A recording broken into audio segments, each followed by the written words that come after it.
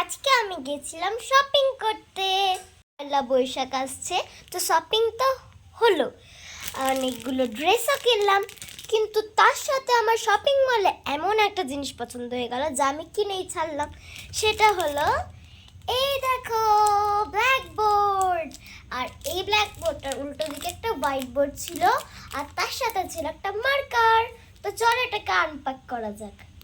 তো সেই white board আর এইদিকে থাকা ব্ল্যাক বোর্ডটা, চলো এবার এটাকে খুলি। কত সুন্দর! এটা কি একবার লিখে চেক করে দেখতে পারি? চলো চেক করি। এই দেখো সেই মার্কারটা, এই মার্কারের সাথে এইখানে আছে একটা ডাস্টার, এর ভিতরে আছে স্কেচ পেন, আর এটা হচ্ছে ম্যাগনেট। দেখা যাক এটাকে খুলে। এই দেখো, এখানে কি লিখতে পারি? হ্যাঁ, একটা হার্ট শেপ। ওয়াও, এটা তো খুব স্মুথলি কাজ করছে।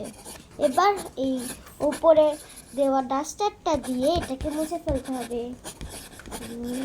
দেখো কত সুন্দর ইজিলি মুছেও যাচ্ছে, আবার কত ইজিলি লেখাও হচ্ছে।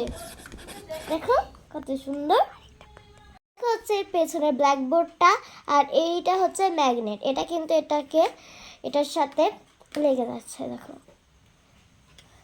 তো এটার ওপরটা যেহেতু ব্ল্যাক স্কেচ পেন, তাই ব্ল্যাকবোর্ডের ওপর তো এটার কোনো রং উঠবে না।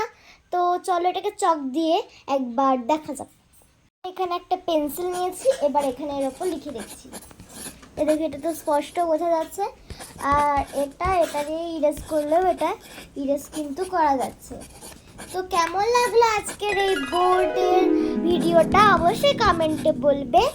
তো আজকের মতো বাই বাই।